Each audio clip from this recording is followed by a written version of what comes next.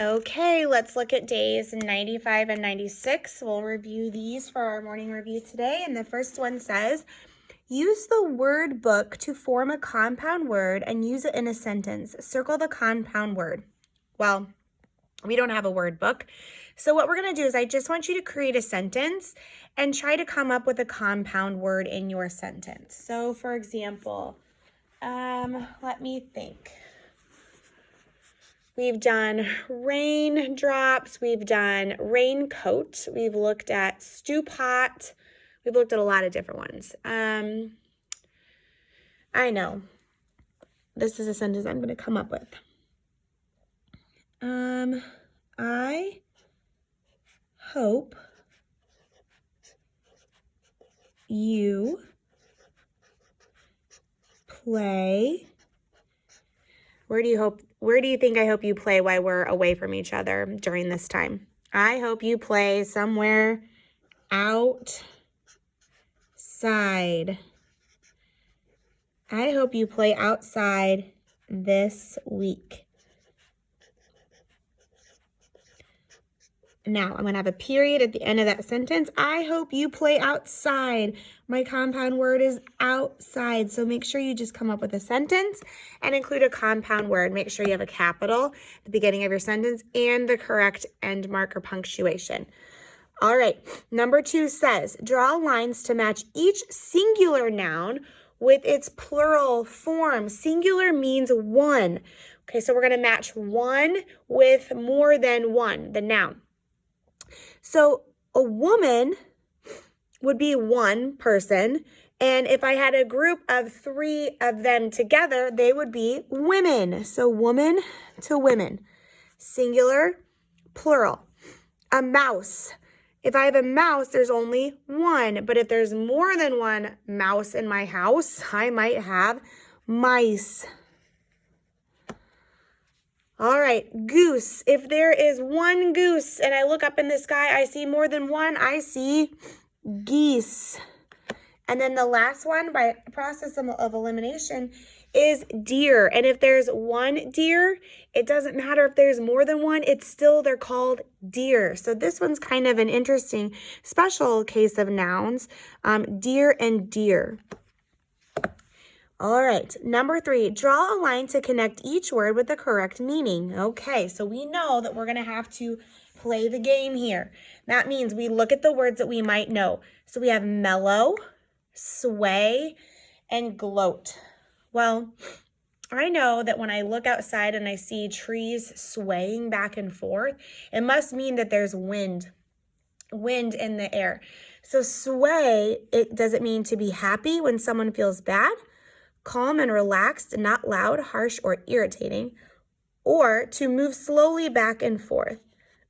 To move slowly back and forth. Okay, let's see. If you're pretty mellow, you're pretty chill. So mellow, does it mean to be happy with when someone feels bad, or does it mean to be calm and relaxed? Mellow means to be calm and relaxed. So even if I don't know what this word is, gloat, we don't say gloate. We have 2 vowels. When the 2 vowels go walking, the first one does the talking and it says its name. So gloat. By process of elimination, that must mean to be happy when someone feels bad. When you gloat about something, it means you feel happy. It's kind of not very nice to gloat sometimes, especially if someone's feeling sad. Okay, so here we go. We're going to write the word peace. Again, this is just a word that does not follow your typical phonetic patterns. Or spelling patterns. Peace. Normally when there's 2 vowels together, we said when 2 vowels go walking, the first one does the talking. And it says its name, it's long. This is not pies, it's peace. So this does not follow the rule of 2 vowels together. But I do see the little word pie and peace. If I want a piece of pie, I'll remember that the little word pie is at the beginning. So spell that 3 times. It's a word you should be able to read and write in a snap. Okay, here we go. Let's solve some math. 25 minus 1. If I have 25 and I take away 1, I have 24. Something plus 4 is 8. We can either work forwards or we can do the turnaround fact. 8 minus 4 is 4. 30 plus 30. I can look in my tens column and just do this very fast. 3 plus 3. So 3 plus 3 is 6. And then I add the 0. 30 plus 30 is 60. And 48 minus 8, if I'm looking in the ones column right here, I just take away the ones column. So the answer is 40. 48 minus the 8 leaves us with 40. Draw arrows to add 10 on the number line. If I have 38 and I need to add 10 more, I'm going to jump 10 whole little, think about having 10 little lines. 1, 2, 3, 5, 6, 7, 8, 9, and then the 10th one there. So 38 plus 10 is 48, and 65 plus 10. So 65, and I jump all the way 10 spaces. Again, think about 10 little ones. 1, 2, 3, 4. So 65, 66, 67, 68, 69, or 65, 70, 71, 72, 73, 74, 75. I'm going to move my paper over a little bit. Okay, it says, Andrew blew 28 bubbles. Camila blew 20 bubbles. How many bubbles did they blow in all? Zoe, I can hear you right now telling me to underline in all, right? So we have 28, we have 20, and we need to circle our unit, which is bubbles. So 28 plus 20. 8 plus 0 is 8. 2 plus 2 is 4. 48 unit bubbles in all.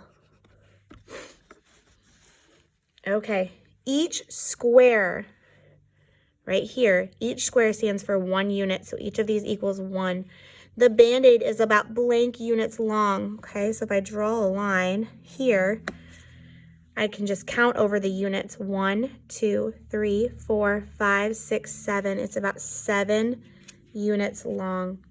The swab, it's a cotton swab or a Q-tip, is about blank units longer than. So we're not trying to figure out how long the swab is. We need to figure out how many more units longer it is than the Band-Aid. Okay, so I'm going to start where the Band-Aid is, and I'm going to put a mark by the swab. Now, here's what I'm trying to find out.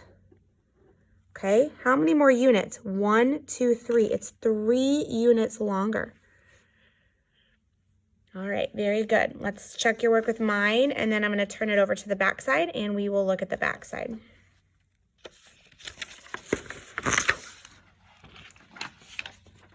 Okay, page 96. Here we go.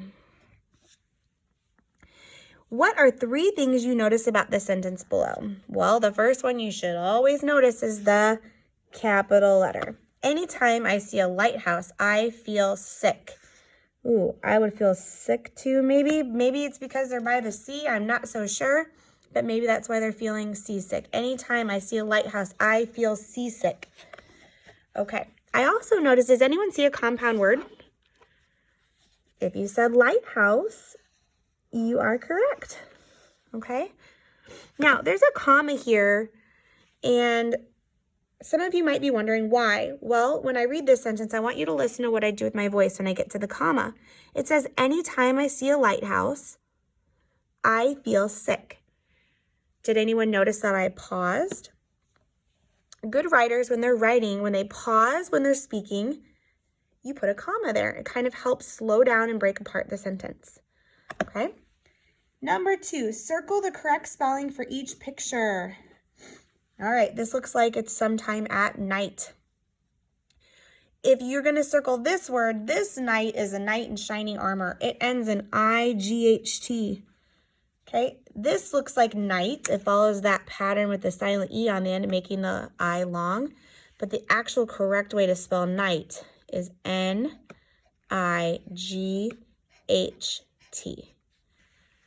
Okay. And then if you can spell night, then you should be able to spell flight. Night rhymes with flight. So the correct spelling for flight is F-L-I-G-H-T. Check your letters and make sure they're not floating in that space. They should fall right underneath that dotted line. Okay, if you can spell night and you can spell flight, then surely you can read and spell the word slight.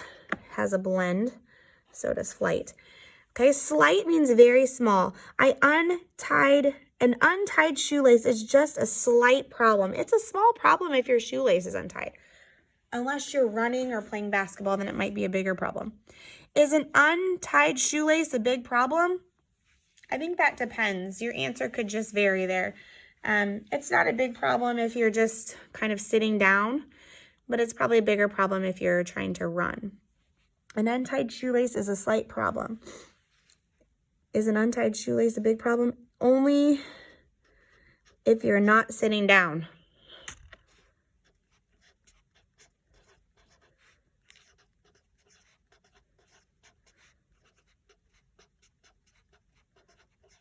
Okay. All right, if you can spell night and flight and sight, you should be able to spell right. Now, this is not right like I'm going to write a book. This right is left or right, or you got an answer right. Okay? R-I-G-H-T. You can't hear that G-H, right? Okay, so this is a word we have to be able to know how to read and spell in a snap. Number 5, the number line goes from 0 to 1. Draw an X halfway between 0 and 1. Did you know where to draw the X, or how did you know where to draw the X? Well, it's halfway, right? It should be equal distances on both sides. Equal distance on both sides. Okay. 10 tens. How much is 10 tens? We're not doing 10 minus 3. It's 10 tens. 10 tens is 100. Minus 3 tens are 30. What's 10? Well, we can think 10 minus 3 to help us out. So think 10 and go backwards by 3. 9, 8, 7. 100 minus 30 is 70, or 7 groups of 10. 9 tens is really 90. Minus 8 tens. If I have 8 tens, I count by 10 8 times. 10, 20, 30, 40, 50, 60, 70, 80. Okay, so 90 minus 80 equals 10, and that's 1 group of 10. We kind of had to work backwards there a little bit to help my thinking out. You might have done it a different way, and that's okay. All right, let's look at the graph over here again. We've already looked at this before. Wow, I kind of feel like it's the same question we've seen. All right, it's the number of kids who's brushed their teeth. Did you brush your teeth this morning? It says fewer kids brushed in Tristan's class than two fewer kids brushed in Tristan's class than blank's class. 2 fewer kids brushed. So we need to look at Tristan's, and Tristan had 6 kids that brushed. So we have to work backwards. So what's 2 more than 6? 8. So 2 fewer kids brushed in Tristan's class than in Amy's class. Do you see that? Amy's class had 2 more kids that brushed their teeth than Tristan's. So Tristan's class had 2 fewer kids. There are 19 kids in Logan's class. Blank kids brushed and blank kids did not. Ooh, this is a good question. So there are 19 total kids. 10 of them brushed their teeth. So there are 19 kids in Logan's class. Blank kids brushed. So how many brushed? 10. And now we have to figure out how many kids did not brush. Well, we have to go from 10 to 19. And 10 plus what is 19? 9. Last one, Callie had $30. She got some more money for her birthday. So 30 plus something. Now she has 45. How much did she get for her birthday? Okay.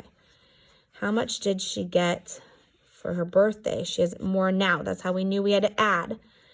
So 30 plus something is 45. Well, if I do the turnaround fact, I can figure out that missing number. So 45 minus 30 5 minus 0 is 5. 4 minus 3 is 1. So the answer is $15. You can put a dollar sign there. But to check our work, let's add 15 in the mystery numbers place. So 30 plus 15, it should give us 45. 0 plus 5 is 5. 3 plus 1 is 4. So were we right? Yes, it's $15. Okay, check your work with mine, and I will see you for our next lesson.